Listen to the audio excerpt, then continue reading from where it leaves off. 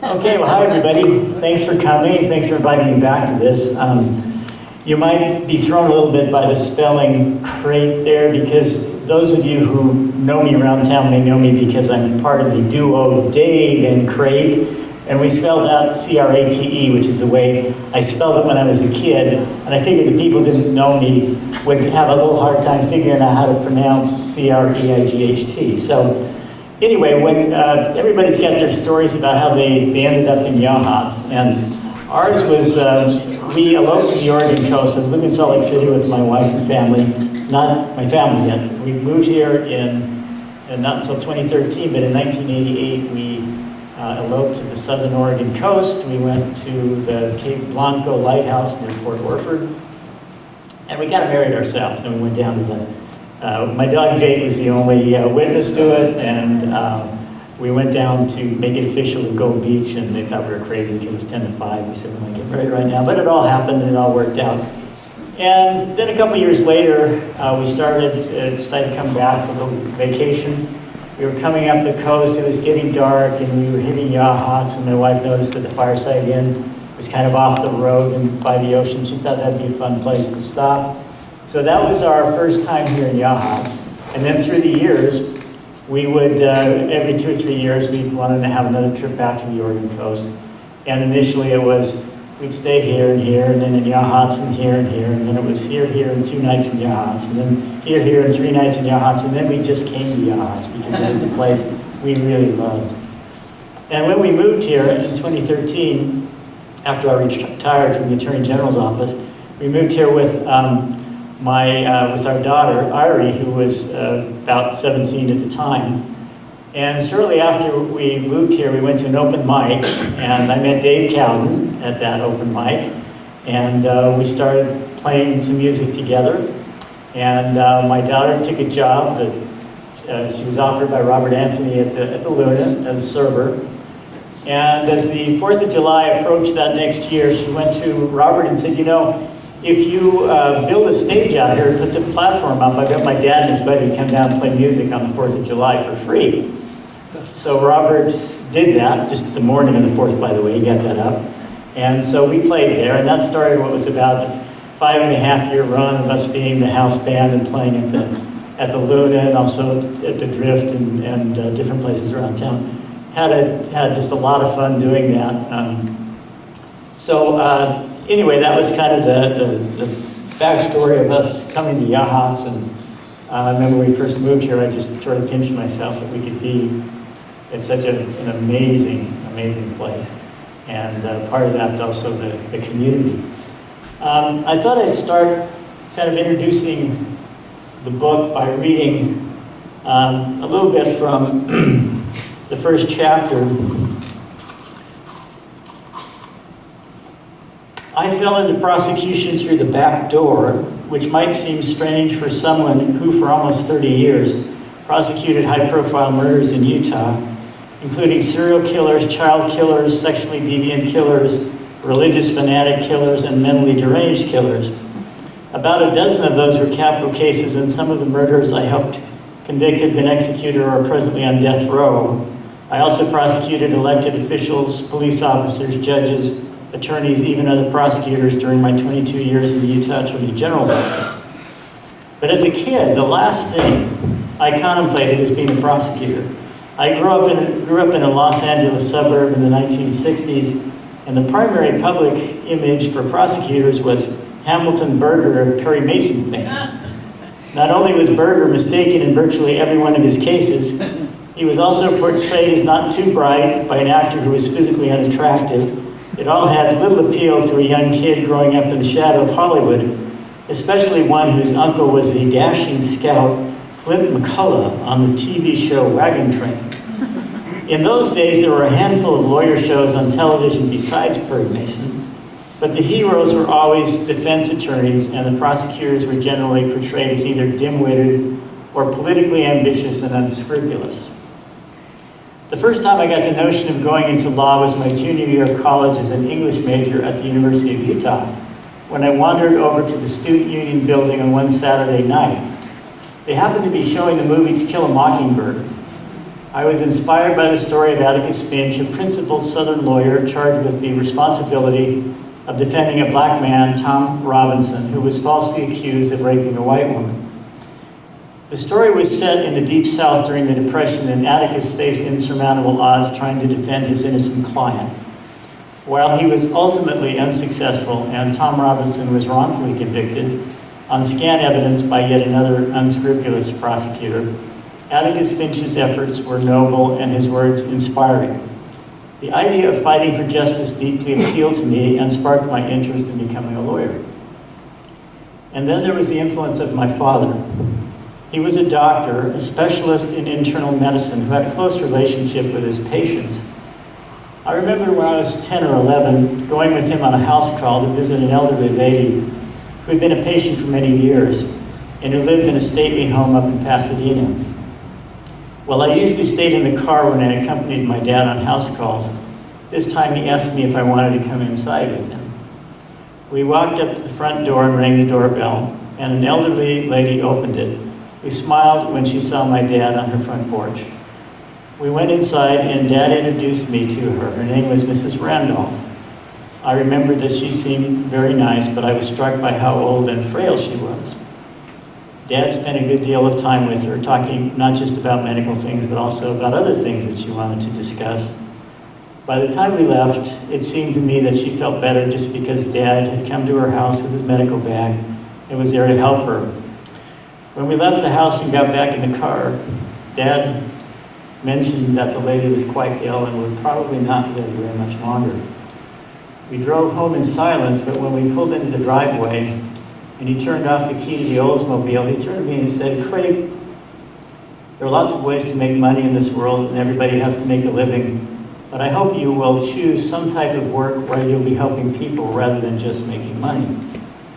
Years later, when I watched Atticus Finch defend Tom Robinson, his quest for justice resonated with me. Choose work where you'll be helping people rather than just making money. What could be more meaningful than working to bring about justice? So I went to law school at UCLA. About the same time I started, a movie came out, I don't know if anybody saw it, called The Paper Chase, which was about a first-year law student going to Harvard and all of the gauntlet that you had to run. And the truth was that while I was inspired to go to law school by seeing the portrayal of Atticus Finch, I really couldn't see myself ever being able to do that.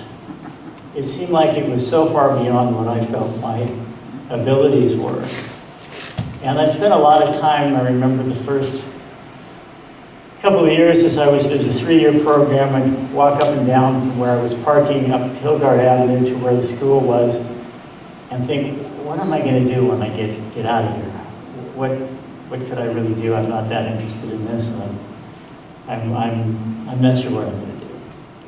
My second year of law school, I took a course called, it was a clinical program, it's called Neighborhood Legal Services. And there was what you think. I mean, I manned an office on campus that helped students with advice about legal problems, landlord-tenant problems, consumer problems. Again, it had nothing to do with being a trial lawyer, nothing whatsoever.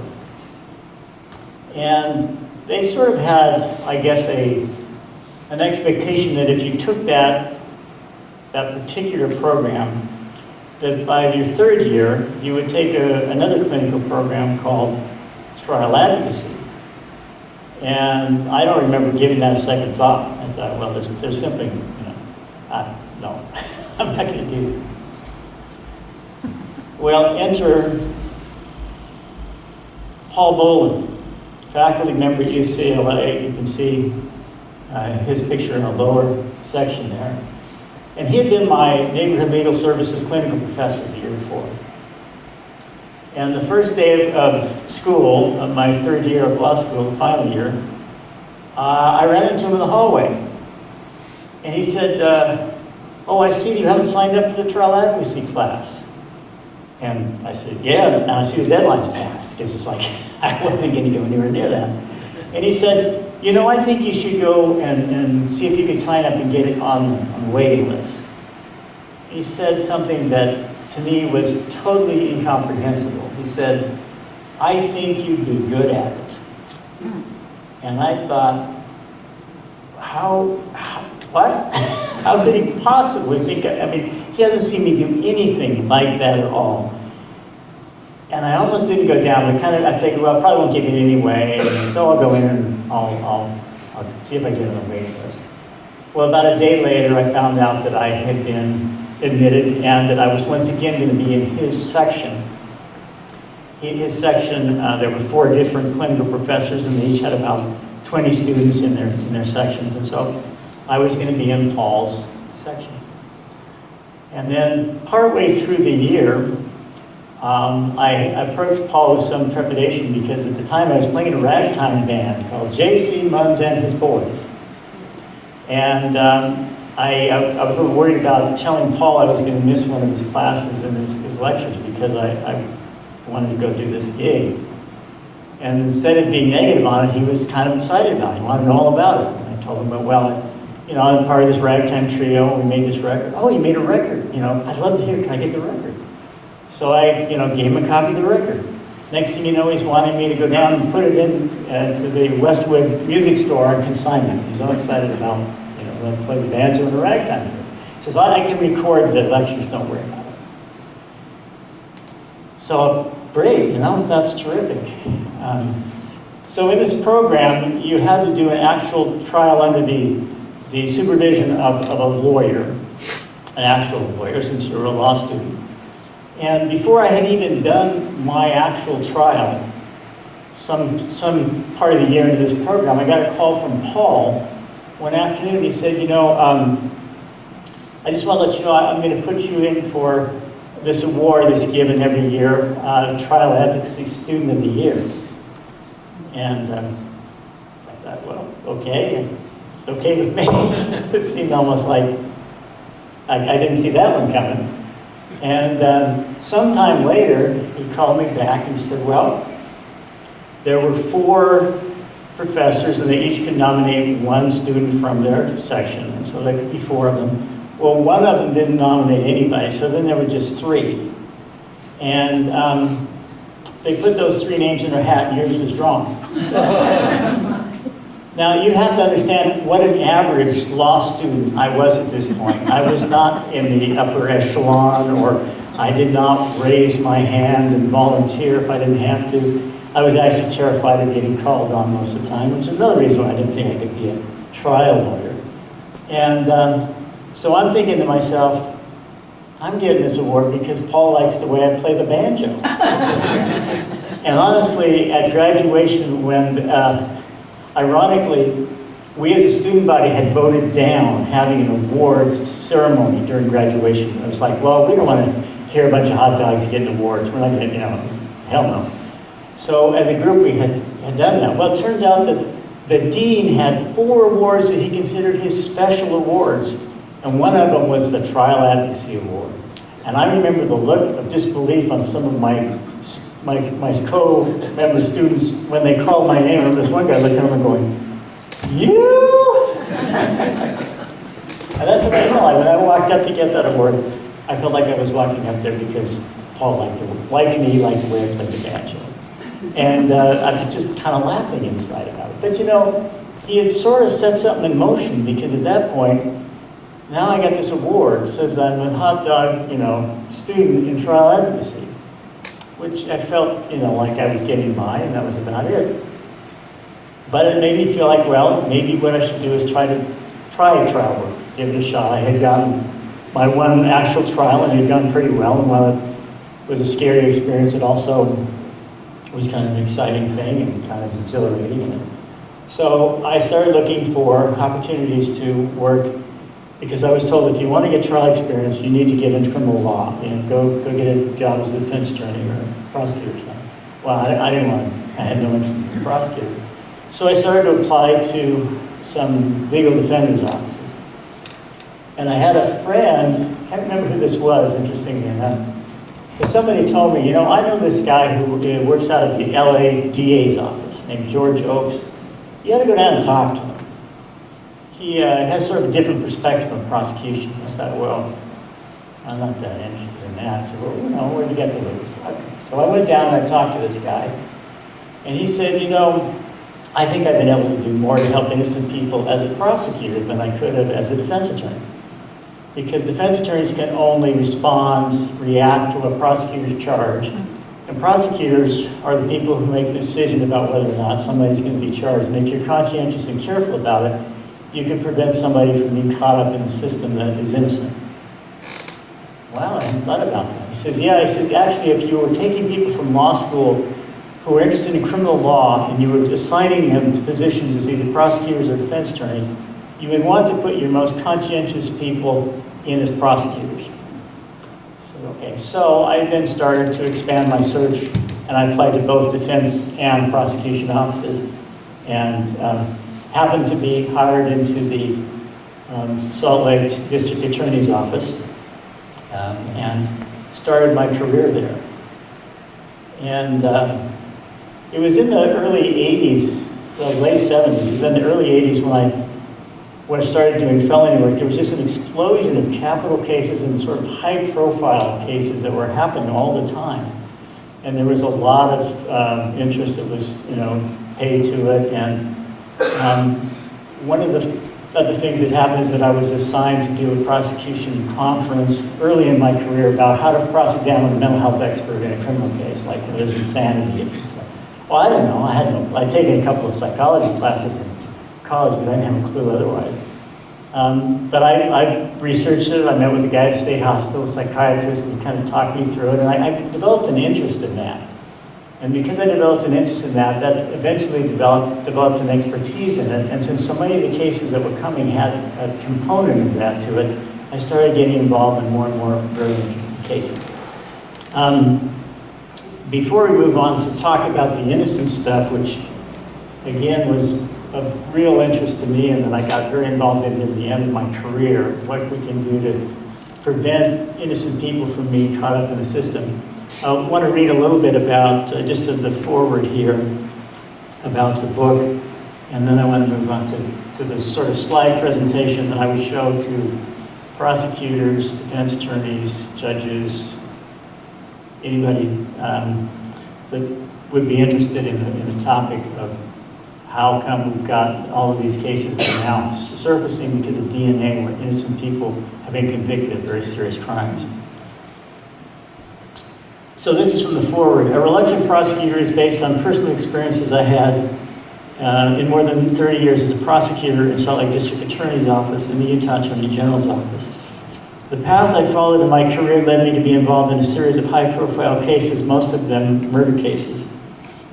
While others have written comprehensive books about cases I prosecuted, such as John Krakauer's Under the Banner of Heaven, A Story of Violent Faith, and Barbara Oakley's Cold-Blooded Kindness, I set out to write a different kind of book, one that focuses on the things I found most fascinating during my time as a prosecutor. Throughout those years when I encountered something that fascinated me or that I found particularly meaningful, I jotted down notes and threw them into a file with the thought that one day I might write a book. I had been, for a while, a creative writing major at UCLA, and I found writing to be a fun thing to do, so I thought, well, it might be fun just to do this. This book is a result of those experiences. While it's about bombings, murders, political intrigue, public corruption, religious fanatics, imperious and eccentric judges, capital cases, con men, innocent people convicted of crimes they didn't commit, overreaching cops and venal public officials, more than anything else is the story of my personal odyssey through the criminal justice system. During my years as a prosecutor, I was repeatedly in the right place at the right time to become involved in the most interesting cases of the day. As a result, the book highlights cases which at the time commanded a great deal of press interest and attention both locally and nationally. When I was assigned my first murder case, it was to assist in the prosecution of Joseph Paul Franklin, an avowed racist and prolific serial killer. A few years later, just as I developed an expertise in countering bogus mental offenses, Arthur Gary Bishop confessed to kidnapping, sexually abusing, and killing 5 young boys over a 4-year period, and I was assigned to rebut his mental defense. Within 3 months of my joining the Attorney General's office, a group of polygamist extremists bombed the Mormon church building and then engaged in a 13-day armed standoff with law enforcement officers that culminated in a shootout and the death of an officer. I was assigned the case, which was later made into a TV movie called In the Line of Duty, Siege at Marion. When Ron Lafferty's capital murder conviction for the brutal slaying of his sister-in-law and her baby were reversed on appeal, I was assigned to retry the case, which became the subject of John Krakauer's book, Under the Banner of Heaven. A couple of years ago, they also made that into a TV series, Hulu, starring Andrew Garfield. I also became involved in major murder cases which I did not personally try. I was picking a jury in a triple capital murder case when notorious serial bomber and master forger Mark Hoffman set off his first bomb in Salt Lake City. So I was not assigned the case, and yet I was the only prosecutor who ever cross-examined Hoffman on the stand. I wrote the book for my own satisfaction and enjoyment without giving too much thought to its marketability. But I received such enthusiastic feedback from those with whom I have shared the draft that I think the book may have general appeal, even to those who've never heard of the high-profile defendants I prosecuted. The process of selecting the topics to include in this book was simple. I've always loved to write, and I had stories I wanted to tell. Many of the chapters touch on aspects of high-profile cases that I handle, which were parts that were never publicly reported, and I tell those stories just as I remember them. So you may wonder about the reluctant prosecutor part of this.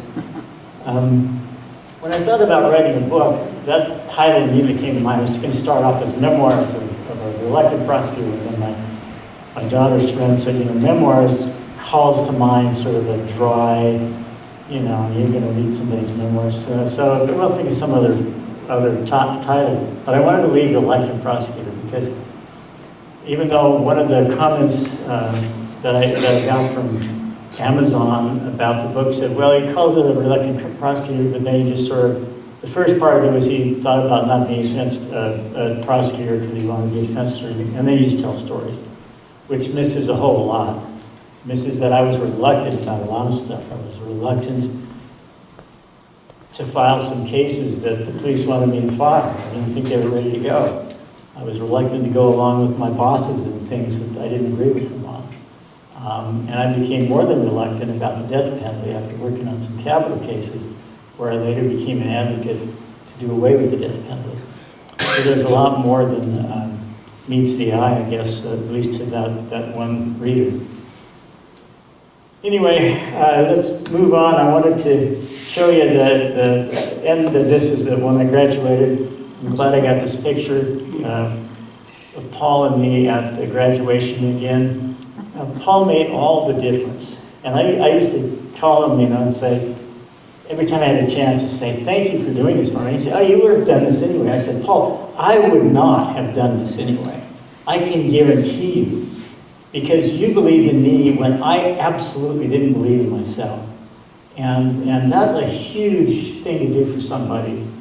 An interesting thing that's happened in 3 generations of my family. It happened to my brother, happened to my father, happened to my great uncle, where somebody at a certain point in their life, in one case a total stranger, ended up making a difference for that person in a huge way, a very impactful way.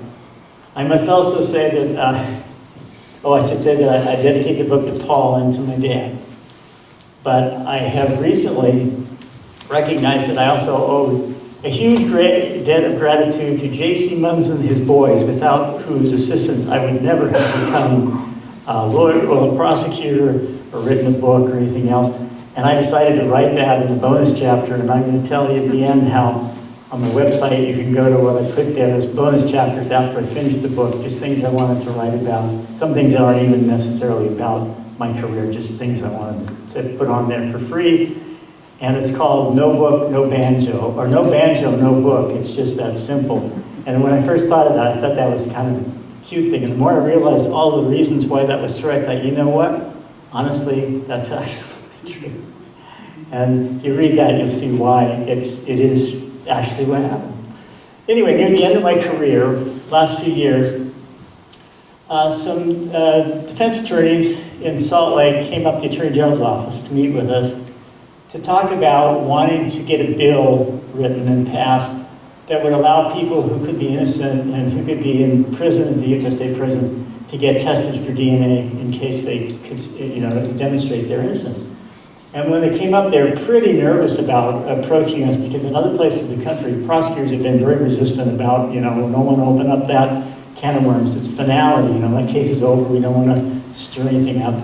And instead, we said, well, we not only not oppose it, we will help you write it, we'll help you get it passed, and let's do it.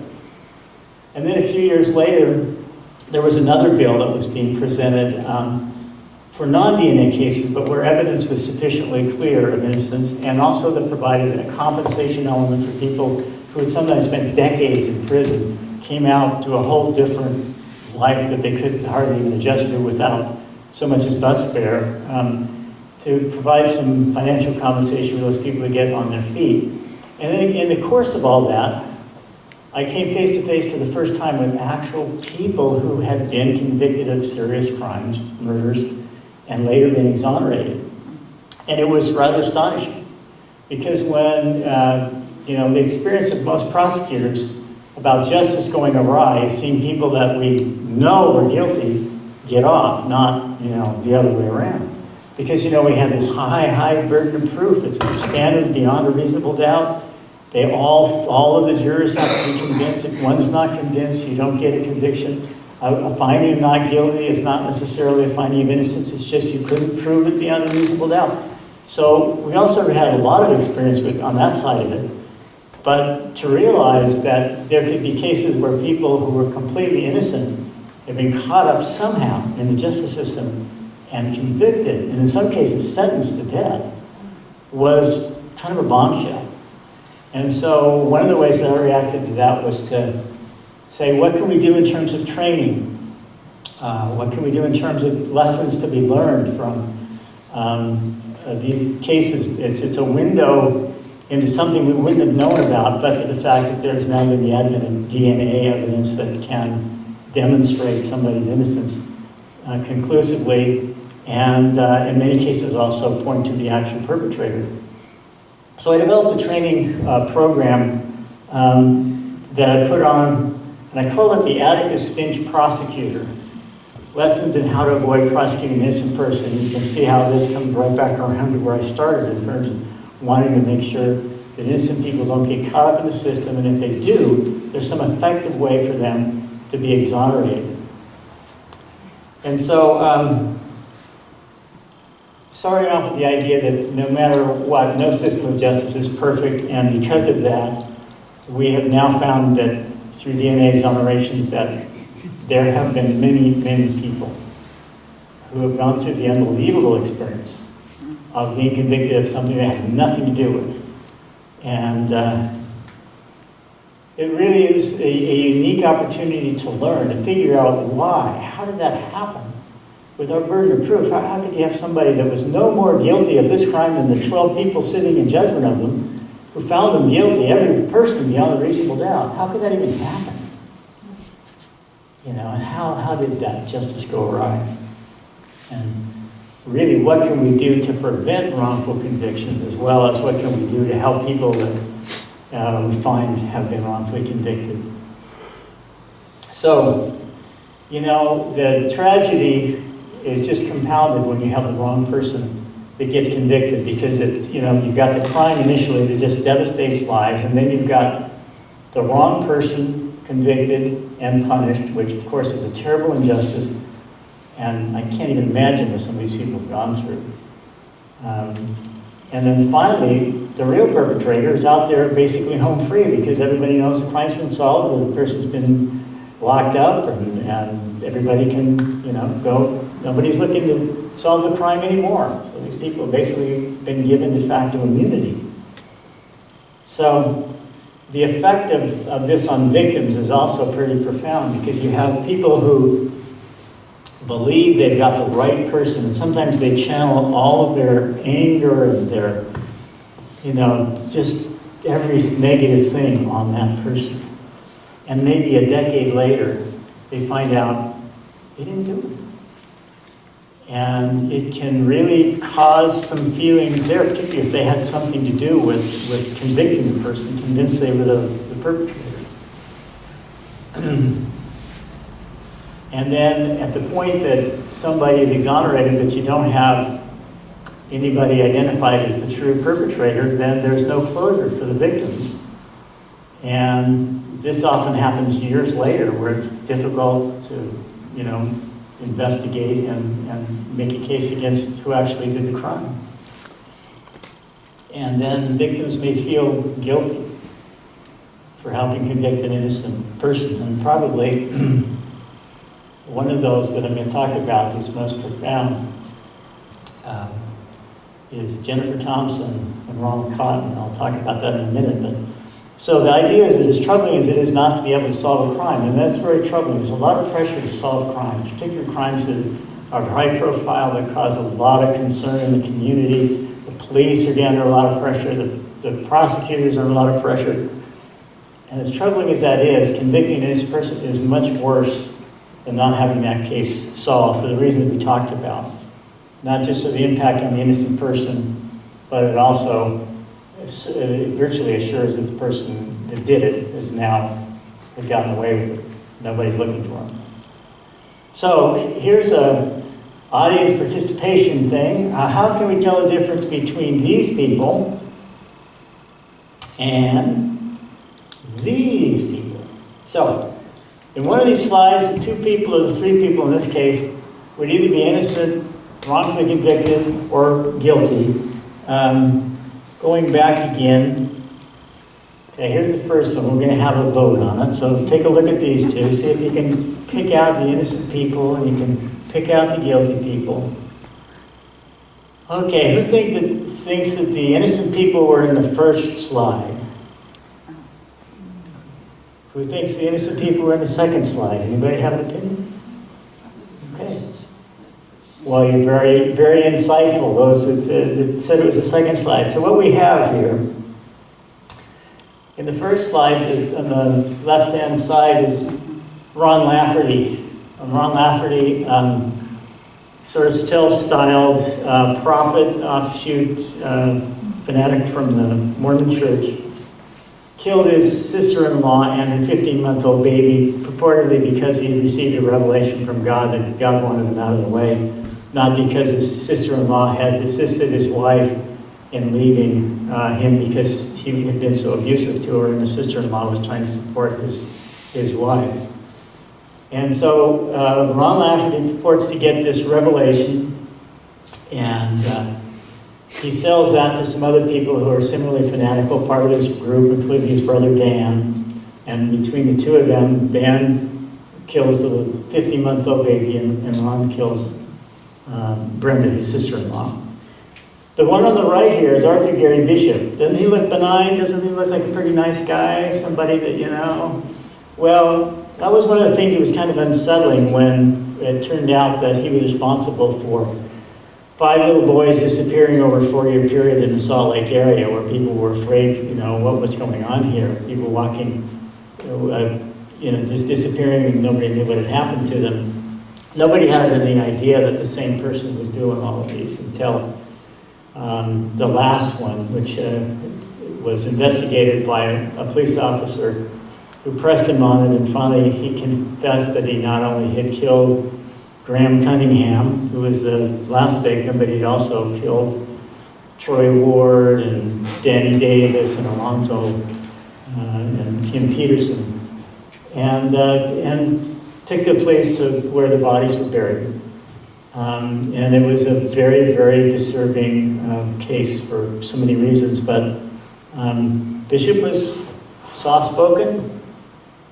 People trusted him with their kids. He last victim, the parents who were, not unconscientious parents, had let him take Graham from Utah to Disneyland.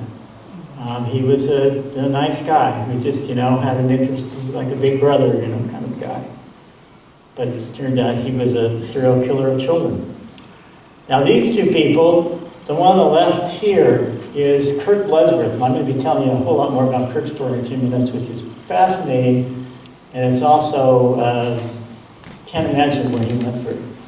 I talked to him, in fact, just yesterday again. We've become good friends. We did a lot of these presentations together around Utah back in the day. Kirk was convicted of killing a little girl, was sentenced to death. His case was reversed on appeal. He was retried, convicted a second time. This time he got life without parole.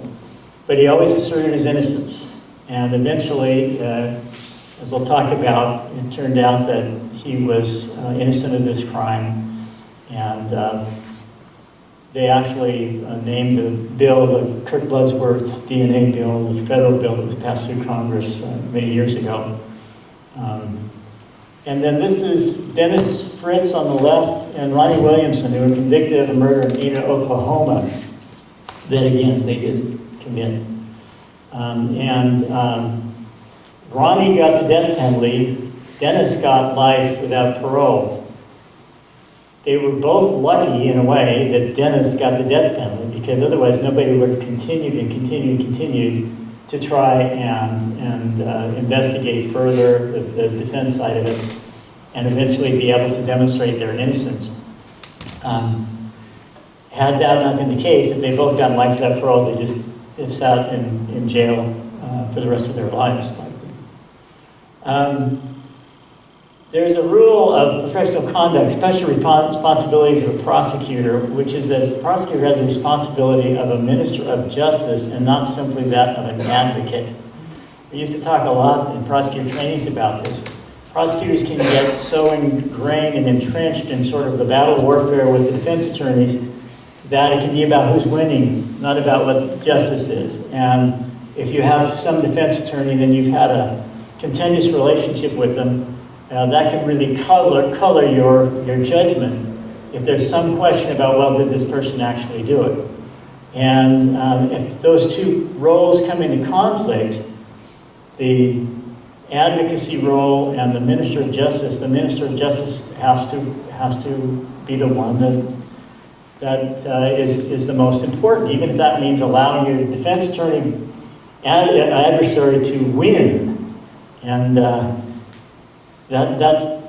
that's why I used to do civility presentation to prosecutors, saying, the reason you need to be the most civil is not because you're the best people, it's because in the role you have, if you allow yourself to get in a contentious relationship with defense attorneys, and then they're representing an innocent person and they try to point that out, you're more likely to just say, I'll see you in court. And I've seen that happen a lot. So anyway, what does it mean to be a minister of justice? And as I say, when the two conflict, you've got to go with minister of justice, not with advocate.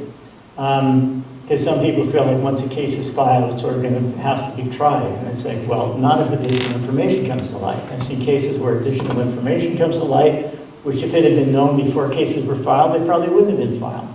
And yet some prosecutors hold on to it and won't let it go. So what lessons can we learn? And so I'm going to run through this. The first one is the trickiness of eyewitness identification. And this is the most common cause of wrongful convictions. And it's not where anybody's trying to do anything wrong, right? They really believe that this person was the person that committed the crime. But certainty does not correlate with accuracy, and there have been studies about that. But it's certainly impressive to a jury. If somebody says, that's the person that robbed me, that's the person that raped me, it's going to be very compelling.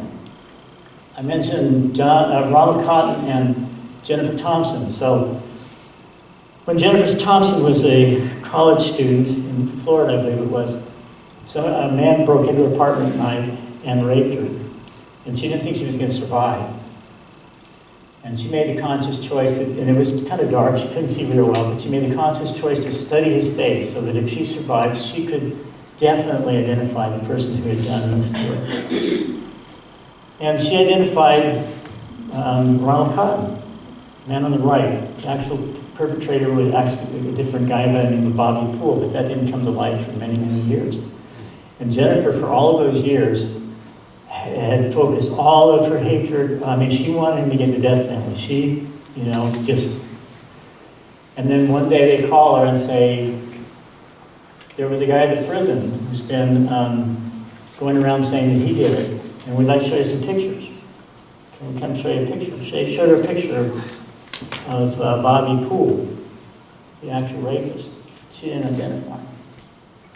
Later they did the DNA, and it excluded Ronald Cotton and then identified Bobby Poole. And when she found that out, she was absolutely devastated. Because by this point, Ronald Cotton had been in prison for years. They became, well, there was a touching story where Ronald Cotton reached out to her and said she wanted to meet with her. She was very nervous about this. Here's the man that she put wrongfully in prison by testifying against him. And she said that as soon as they met, I think they met in a church building or something, he said, I want you to know I never, felt bad. I knew that you thought that I had done it. I don't have any ill will towards you. And she just sort of broke down crying. And they've since become advocates together of sensitizing judges, juries, prosecutors, whoever they can, about the hazards of eyewitness identification. They co-wrote a book together. And so what can you do about eyewitness identification? Well, there are certain things that could be done. First of all, if that's all you've got, don't stop looking for corroboration. Don't figure that's all you need, because sometimes it can be wrong. There can be a graphic example of that coming up here in a second. But also the eyewitness identification procedures, the lineups, the photo lineups. There are ways to make it less suggestive. Sometimes the police have a suspect, and there can be a sort of subliminal pointing to the person they think did it that could affect the witness. And so there are these best practices that some have developed, and some of them are for a photo spread. Don't have the same officer who knows who the suspect is show the photo spread to the witness. Have them be blind in that sense, because otherwise it's sort of look one more time, and that can happen because the cop's really hoping that person gets picked because that's their suspect. And also for lineups, whether in person or photographs, be told that the person may or may not be there, because otherwise, they think the person's there and they just have to pick the right one. And if they don't pick the right one, if they don't pick anybody, then they're going to, not solve the case. And also there's some evidence that's showing one at a time rather than a group where you go, who looks the most like the person that did it, right? Might be more effective. And also, recording what the witness actually says. Sometimes when they make that first identification, it's quite tentative.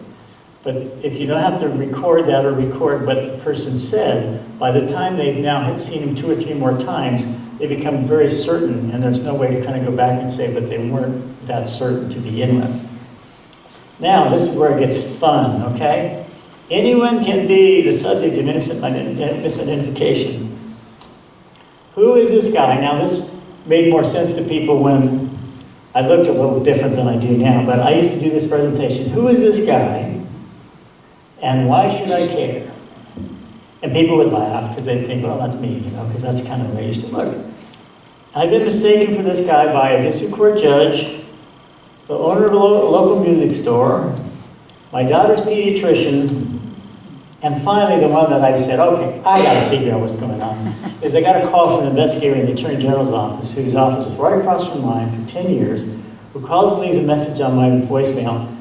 Great, I saw you last night playing guitar with the symphony orchestra. I was mighty proud to know you. And we had some field glasses, and my wife and I both looked through them and said, oh, yep, that's great. Okay, I'm calling the symphony saying, who the hell was playing the guitar last night with you guys? And they gave me a name. It's like, what? Can you spell that? Tully Cathy? What is that? Yeah, his name is Tully Cathy. Kind of a weird name. He's a professional musician, and he's a University of Utah music professor. Now, at the time, there's this other guy over here. Okay? He was an amateur musician, because I was playing music at times, and so when the judge came up to us, hey, you playing the other day, I'm thinking, oh, cool. He said in Park City. I thought, well, I wasn't in Park City. So that's odd. So anyway, I got my daughters to, we got this off the internet, the picture of Tully Cathy, and I tried to do the same angle that you can kind of see for the presentation. And then I say, I sure hope Tully behaves himself.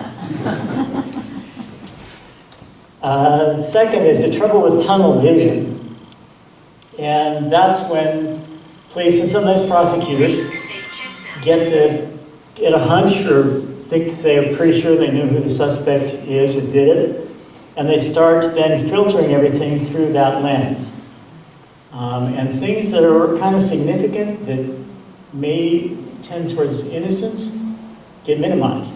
And small things that tend towards guilt tends to be, overemphasized, like that's really, really important.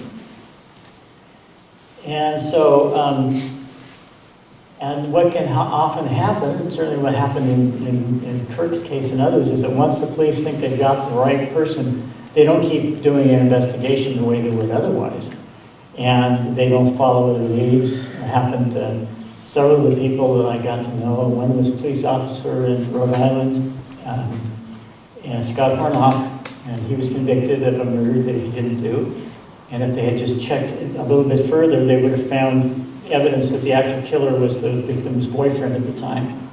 But, they thought that it was Scott, and they focused in on him. And then another thing is the treachery of snitch testimony. Snitches, are jailhouse informants. And, you only have to imagine a situation where you are arrested for something you didn't do, and you can't make bail, so you get stuck in a jail. And they don't have the evidence on you, so they're about to let you go. And then suddenly, there's this thing that, oh, by the way, this guy that was in jail with you reports that you confessed to it. And this happened to Dennis Fritz when he was about to be released, one of the people in the Ada, Oklahoma case that I was telling you about with Dennis Fritz and Ronnie Williamson. And what do you do to protect yourself from that? And there are people that are in there that kind of recognize that they can trade information for things that will get them early releases or parole or whatever it is. And I remember going to a presentation by an LA senior homicide prosecutor whose quote was, "Never, ever, ever use a snitch in a murder case," which I assume meant that he'd been burned at least once. You need to have corroboration. Don't overly rely on this kind of evidence. And in fact, if that's the linchpin of your case, watch out. What I used to do with snitch, I remember I had one case where we had a guy who had been caught red-handed stealing a car. And he claimed that there was an inside man at the Chevrolet dealer that was helping him do this. And so they wired him up, and they sent him in, and they got additional evidence. And so we were going to use this witness, his name was Richard Postlethwaite, in our trial. And the morning of it, his lawyer, Richard Postlethwaite's lawyer, because he was in prison now, on parole violation, came running up to me all worried, saying, "Well, they've got him out there, he's got his prison things on. Don't you want him in a suit?" And I said, "No, I want him exactly the way he is." So we came up, and what I said was, "Ladies and gentlemen of the jury, Richard Postlethwaite is a liar. And I wouldn't ask you to believe one word of what he said. If he told you that the sun is coming up in the east, I'd say go check the window. He doesn't tell the truth very often. He just happens to be telling the truth in this case, and here's why. And show all of the corroboration, but don't basically say you can't rely on this guy. And I wouldn't ask you to rely on this guy standing alone. Again, it's a lot of cases where people have been wrongfully convicted. There is an element of this informant testimony against them that is an unreliable testimony. And then there are the confessions, and whether or not there were actual confessions or statements that somebody's made. And for a long time, the federal people would not even partner with the state people if they were going to record their interviews. It used to drive me crazy. I said, well, why not? And the FBI won't work with a task force, a drug task force, because at that point they had some directive that they were not supposed to record. It's like, well, wait a minute, we don't settle for second-class evidence for other things. If there's a little spot or something on a thing, we were up there with a magnifying glass, and we're trying to get the best evidence we can, and yet you won't have the actual recording of what somebody said, and then it's going to be in court, you testifying, he said this, him saying, no, I didn't say that. I said, why are we doing this? It's easy enough to record these, why aren't we recording them? So, is that what the person said, or is that what you think the person said? And we got to where we were able to institute in Utah the rule that they have to record these things. I remember going to an innocence conference where they had a guy from, I think it was the DC Police Department, say, this was imposed on us. We went kicking and screaming about having to record interviews with people. That was 3 years ago, right? And the force was all against it. Right now, you can't find a person on the force that would ever go back to not doing it that way. We avoided all of these battles in court about what was said, what wasn't said, and got many more pleas out of it, because at that point, it is what it is, and there can't be arguments. It says, basically, we would not go back now. And then there's some false confessions aren't confessions at all. I don't know if you ever saw the movie My Cousin Vinny. It's a funny movie. Got a lot of funny parts in it. But there's this one thing where, these two young kids are being held on suspicion of murder. They think they're being held because they accidentally went in a grocery store and had something in their pocket, a can of soup or something, when they get pulled over by the police. So they hadn't had a clue what it is that they're being held and asked about other than that. And so at one point the cop says, so when did you shoot him? Talked about the clerk. And he says, what? At what point did you shoot the clerk? And the guy says, I shot the clerk. He says, yes, when did you shoot him? He says, I shot the clerk. And about then, somebody started to come in, and the sheriff said, I'm taking a damn confession in here. And then he walked out, and the kid said, oh, no. And then he got him in court. And then what did he say? I said, well, when did you shoot him? At what point? And what was his statement? Well, I wrote it down. He said, I shot the clerk. I shot the clerk? He said, well, the words were right, but if you heard the inflection, you'd see that that's not what he was saying. That was played for laughs, but let me tell you, there are cases that are not that far off from that, where people have been thought to have confessed when they didn't. So anyway, now you've got recording. We got some reform in Utah in 2008, and finally, when I left, after we did that, I sent a letter to the Obama administration and said, why do we still does the federal government still have this policy? I got one of those pat on the head letters back saying, thank you for your interest in the national defense kind of thing. But a few years later, they actually did reverse that policy that prohibited recording of which, as I say, I was nuts. And then there's a hazards of faulty expert opinions, where you've got junk science that infects the courtroom, and it appears to be a lot more definitive and authoritative than it actually is. Better see how I'm doing on time here. Just about ready to wrap up. The one area that this happened a lot was the hair match evidence that occurred. This wasn't DNA, this was just microscopic hair analysis. There were a lot of people who were convicted on that. Later, when DNA was available and DNA was checked, it wasn't the hair from that person at all. And then you end up with somebody like Wilton Dedge, who spends how many years in prison? 22 years, because of junk science. And honestly, I don't know how these people aren't extremely bitter. And the people that I've met several of them, and gotten to know them quite well, are surprisingly not as bitter as I think I would be if I went through all of this. Another thing is the impact of the machinery of justice. Okay, you're sitting there in a courtroom, there's the trappings of justice all around you, and Dennis Fritz talks about the effect of that in terms of every time there's some evidence presented, there's this terrible crime, everybody looks over and scowls at him. It seems like people were saying, well, there must be something to this. I believe the prosecution has filed it, and we're in this court. And so I used to talk to a prosecutor about the role of prosecutors as sort of like the trusted guide to the evidence. And one of the questions is, this is, as I say, Dennis talks about this, is how convinced should we be if we're going to go in and argue beyond a reasonable doubt? Do we do that if we don't believe ourselves beyond a reasonable doubt? We could just be advocates and say, hey, you can file a charge on probable cause, we'll just let the jury decide. But I always take the position that your integrity is on the line if you're in there saying to the jury, the evidence is proved beyond a reasonable doubt. You have to believe it. And so we used to have, as I say, in training conferences, we talked about that. And said, what can we do to resist the pressure to file cases? One of the worst examples of this in terms of I thought it was an atrocious thing that happened to a prosecutor in a rural area. There was a high-profile case where a young man from a prominent family who worked at a gas station was murdered one night, brutally murdered, and they just weren't solving. They couldn't seem to solve the case.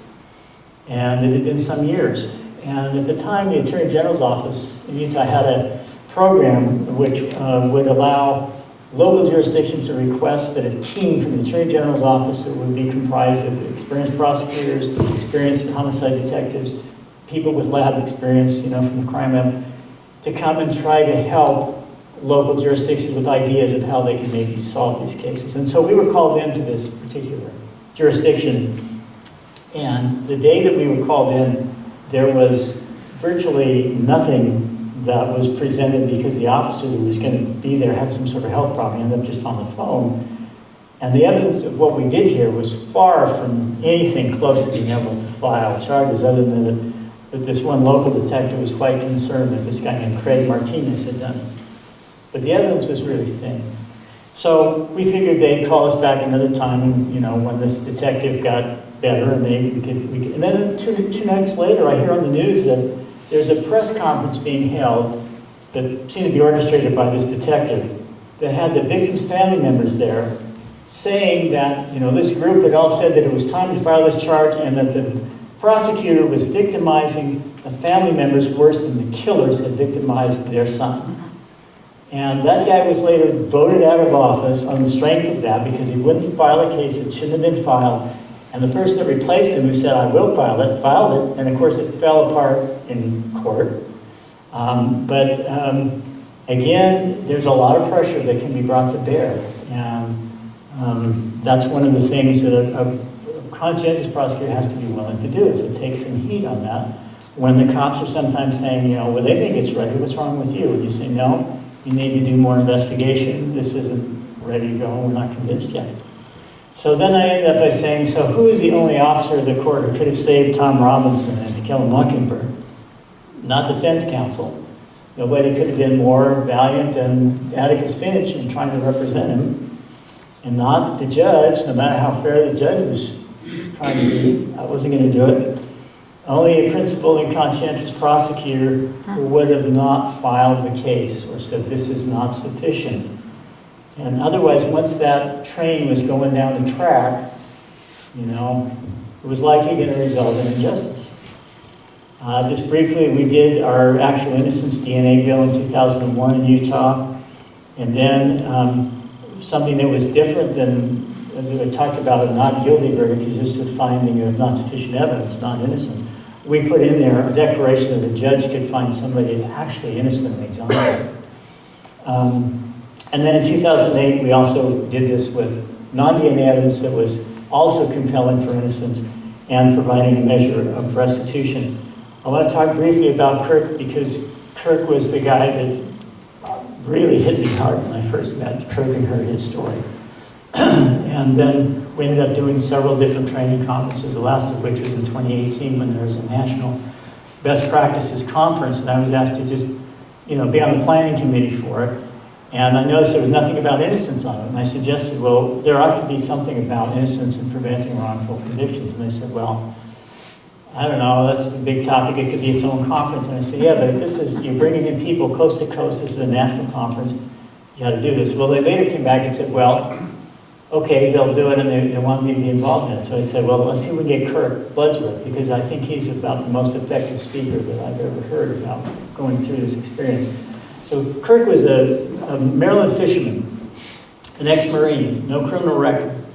And the way that he got involved in this was that there was this little girl who was killed in the woods there in Maryland. And there was some people who said they saw a man wandering around in the woods that day in the area. And they ended up getting a police sketch artist, and they sketched it out and put it out on the news and TV. And somebody called up and said, that looks like my neighbor, Kirk Bloodsworth. And if you can believe it, that led to a series of events culminating in Kirk getting convicted and sentenced to death for something he had nothing to do with. And So he would always sign his letters. He'd write letters to the warden all the time, always signing an innocent man. And eventually, he was like a librarian in the prison system, and he read this book about how DNA evidence had helped convict somebody in England. And the thought came to him, hey, if it can convict you, it can set you free. So he tried to get somebody who would help him see if he could get the evidence in his case tested. And he finally talked to some lawyer, post-conviction defense lawyer, who was willing to take his case.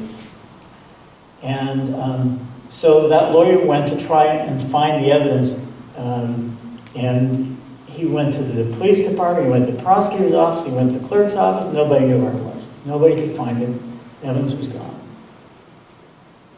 He reported that back to Kirk. And Kirk said, go one more time.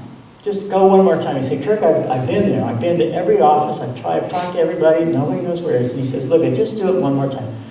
Then I'll only call you twice a day instead of 20 times a day, but just go one more time.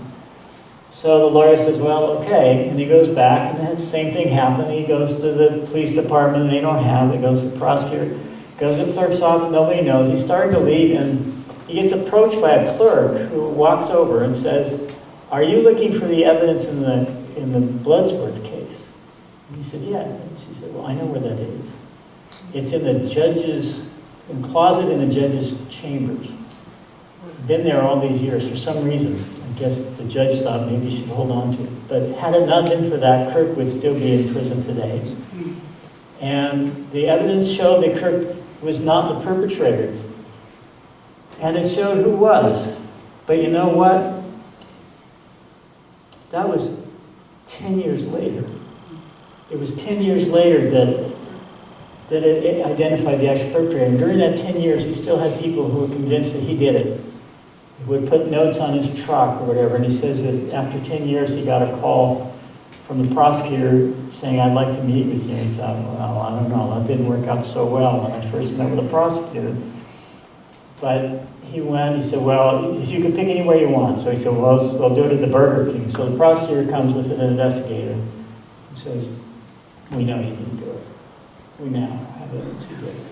And he was a guy who was in prison when Kirk was there. And he said, this guy used to spot weights, with me and stuff when we were there. And never said a word about it. He checked out books from the library from me. But anyway, amazingly enough, Kirk was open to the idea of becoming friends with the prosecutor. And like I say, it was the lack of bitterness that Kirk and others that I met about their experience was pretty amazing to me. So anyway, I wrote the book. Like I say, I had stories I wanted to tell, and I enjoyed writing the book. It's available at Books and More, and for the same price as this $10, and on booksellers online. It is at libraries in Yachats and Walport, and as was mentioned, if you're interested but you don't want to buy it, I'll be happy to be your librarian and let you borrow a copy. Its price is $10. Now, this gets to be the really important part of this whole presentation. Okay, for more information, you take a bookmark, not because it's a bookmark, not because you want to buy the book, but because it has my author's website, which is more devoted to music than it is to my book, as my wife usually points out. Okay, so there's bookmarks in the back, prosecutor, wordpress.com, and you'll see when it comes up on the right-hand side, it says Creighton's Musical Journey. That's the one you want, actually. And that has how many years of David Craig, has my daughters, stuff we've done together, J.C. Munns and the boys, you can hear what started it all. If you click on that, but bonus chapters, don't forget that one, because there's a bunch of chapters, similar some to the ones in the book about cases that I handled, and others just because I thought something was interesting. Like one time I got caught up in a police shootout in LA, just before I moved to Salt Lake, that had some really weird things connected to it. And then just some humorous things, and even one fantasy piece that has to do with war and peace. But anyway, If you click on that, you'll go to A Reluctant Prosecutor, Creighton Musical Journey. There's the banjo playing guy that's what got me an award, got me set on my path. There's things like Dave and Craig, right?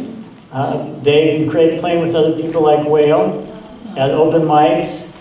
Dave and Craig playing with my daughter Ari, and Kaylee and Craig, my other daughter, playing when the Luna used to have that outside, tent with the stage on it. And then even back when they were young and we used to do stuff, there's a little family band in Salt Lake with my two daughters, Kaylee and Irie. So, like I say, you can. Some people say, "Well, do you guys have a CD or have you put out any music or anything like that?" I say, "Well, just go onto my website." I do not recommend you try to do a lot of these at a time. I can't tell you how many there are, but during the pandemic when we couldn't play, what I was doing was loading this page up. It started off with a few things, and now it's by far the longest page of the whole thing. My wife says it's really a music site more than it is a book site. But anyway, I hope you've enjoyed the presentation, and I'll hang around a little bit if you have any questions, or if you're interested in the book, either to buy or to borrow. Thanks.